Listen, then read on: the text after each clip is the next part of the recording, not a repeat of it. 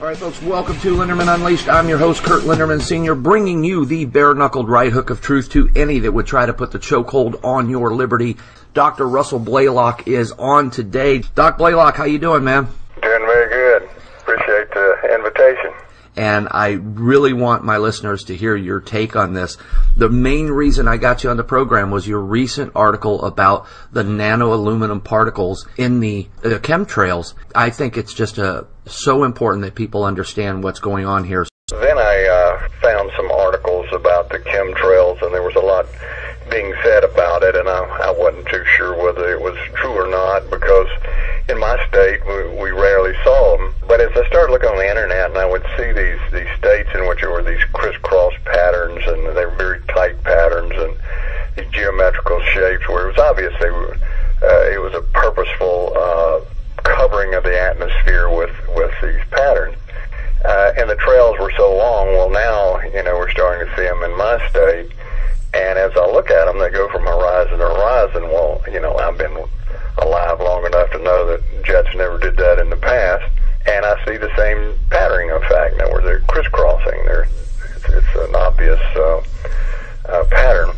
And so I looked into the literature and some of the reports and YouTube videos, and they were saying that they were dropping one of the ingredients was aluminum. Well, I had done a fair amount of writing and research on the effect of aerosolized chemicals in the nose when you breathe them.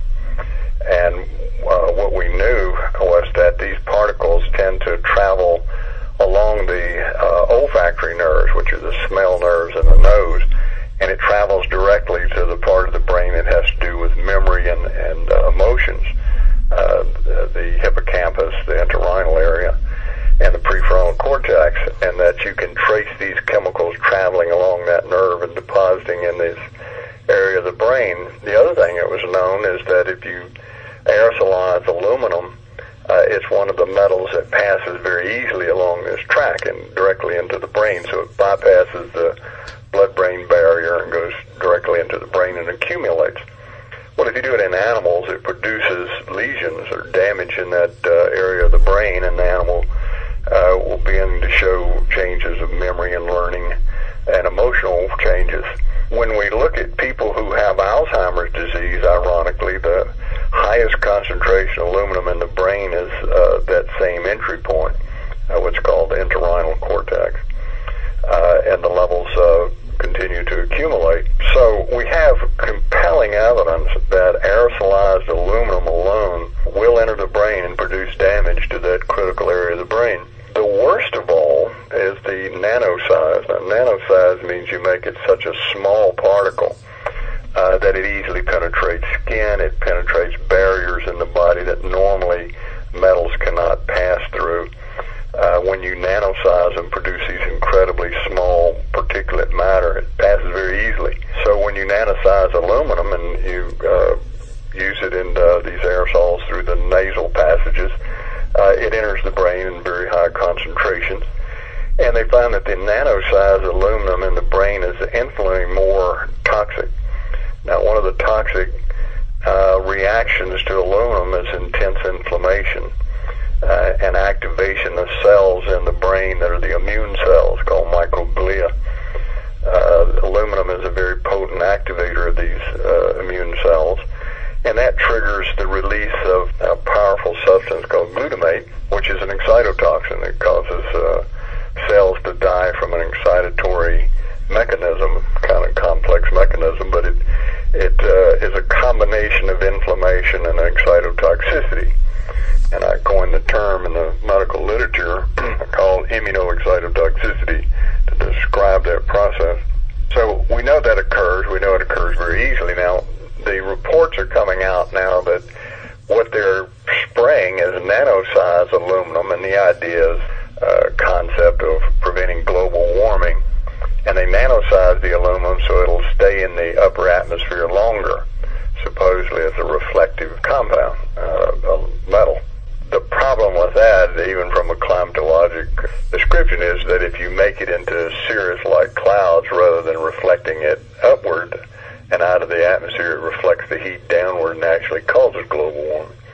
You know, you could envision that they're doing this on purpose to make the atmosphere heat up so they can see the atmosphere is warming up. But what I'm concerned about mainly is the medical effect, and that's because of these very strong connection between aluminum passing through this pathway into the brain is so strongly connected with Alzheimer's disease and other diseases of memory. If you're aerosolizing this and spraying literally tons of it over the world, and people are constantly breathing that aerosolized nano-sized aluminum, which will easily penetrate filters in your air conditioning system, enter your home. So you're breathing it 24 hours a day, producing high levels of aluminum in this part of the brain, and the consequences could be absolutely devastating. Could cause a huge increase in Alzheimer's disease and inflammatory neurological disorders. I watched YouTube, which was a geoengineering conference that the government had put on. And in the conference, one of the questions somebody in the audience asked, well, what is the medical effect of spraying aluminum in the atmosphere? And the speaker said, well, we don't really know, but we're in the process of researching that. Well, of course, that was an absolute lie. We do know what it does. Right. But the fact that they were admitting that, in fact, they were going to spray, they gave it in the future tense, that they were going to spray aluminum. The evidence now from the examination by biologists and scientists around the world is that the aluminum level in the lakes and streams and trees is increasing enormously. Some areas have incredible elevations of aluminum in the groundwater and in the vegetation. So if this indeed is happening, we're looking at a medical catastrophe that's worldwide. To already implement this program and have it going out, literally, I mean, I live in Missouri, and I can tell you, on any given day, it's chemtrail after chemtrail after chemtrail. Just, it's ridiculous. It covers the entire sky on certain days. And not knowing what the health impacts are, that's criminal. Well, it is, and I've been on several programs, and that's what my statement was, that it's criminal, and whoever's doing this should be charged with a criminal act. That this could kill thousands, if not millions, of people eventually. I mean, if you're inducing Alzheimer's disease on a worldwide scale, and you're inducing a number of diseases just from breathing it. I mean, within the lungs, you can produce asthma, you can produce chronic lung disease. People who have pre-existing chronic lung disease will precipitously get worse, because aluminum, as it enters the epithelium of the lungs, is going to produce intense inflammatory reactions, and that's going to produce a worsening of their pulmonary conditions. Also, the aluminum is absorbed into the bloodstream, can be deposited in the heart. People with heart failure would get worse. People with hypertension would get worse.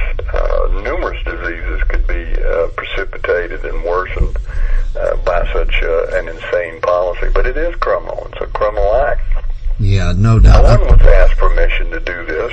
This was not announced publicly. This was not entered into a public forum, so these health issues could be discussed. They just secretly have done it on a worldwide scale of an enormous proportion, dropping hundreds of thousands of tons of this product in the atmosphere. Exactly. The thing about it, it's irreversible. Once it enters the streams and the waters and the plants, there's no way to remove it. You know, you've destroyed massive amounts of the environment.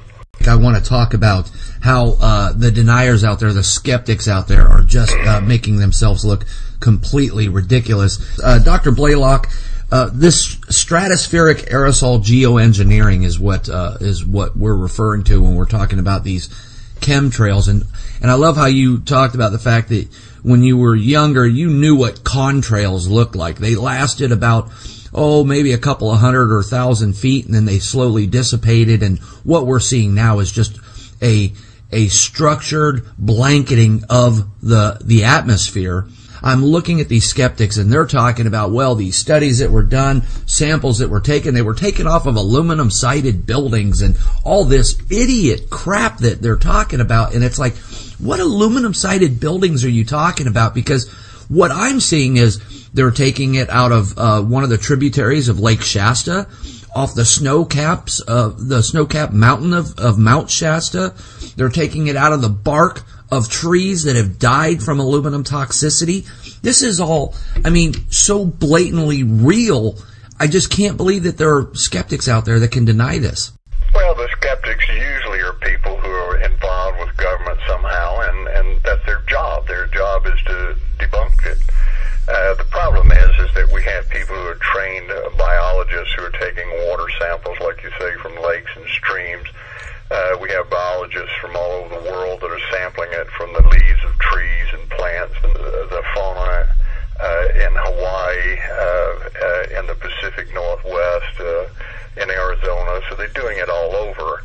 All of them are finding the same things. And, of course, we have records of the levels of aluminum in the lakes and streams and vegetation that go back many, many decades. And so it's easy to compare. And what we see is over the last 10 years has been an astronomical increase in the aluminum, not just a minor variation, but an astronomical increase in the aluminum level. And, you know, when you look at it worldwide and you see the same thing, the skeptics just sort of fade into the world of nonsense. Most of the time when I see skeptics that are questioning what I say, others say, their arguments are so patently ridiculous, it wouldn't even make a good fairy tale. So they're very desperate and bending over backward trying to concoct some nonsense explanation. And one of the defenses I gave, I would watch these chemtrails. My wife and I would watch them, and I looked up and I said, notice that the jet's chemtrail now has stopped, and there's a gap, and then it started again, and then it stopped, and there's another gap. Well, if it's a contrail, that means a jet the size of a B-17 is shutting its engines off and starting them back up. Yeah, well, huge jets can't shut their engines off and turn them back on repeatedly. So, you know, that alone proves it's nonsense. They're not turning them on and turn them off within a short distance. And then they give the explanation, oh, it's the coldness of the atmosphere. Well, you can see two jets flying at the same time. They're both large jets. One of them has a normal contrail, very short, very small. The other next to it is a huge trail. And so they're flying at the same time, same atmosphere, same temperature, same elevation, and yet their trails are different. And they're obviously different, tremendously different. And when these chemtrails go over, it produces huge clouds. Well, you don't see contrails that produce persisting clouds. No, they immediately begin to dissipate. After the jet is gone. You know, that's sheer nonsense. So, you know, their explanations are laughable nonsense. Yeah, I mean, contrails, by their very nature, begin to dissipate as soon as they come out of the plane. And what we're seeing here is particles that are remaining intact and spreading. You know, it's patently ridiculous. Sure, and they form clouds. You know, yeah. I think we've seen some days in which virtually every cloud in the sky is a chemtrail cloud, and they're long after the jet's gone. I mean, hours after. They're these huge smudges of clouding. Well, that's not a contrail. Contrails don't last that long. And the other thing that's suspicious is when they try to get the military to give them, let them sample the fuel in these jets. They wouldn't let them do it directly. What they did is they sent them samples of jet fuel. Well, you know, that's two different things. Yeah. I want to know what's in that jet fuel. I don't want to have you send me a sample. You go down to the pure tank and you know, send a sample, but you're not taking what's being sprayed into the atmosphere. So there's a lot of secrecy. They don't want sampling. They don't want you on the airplanes, and so you have to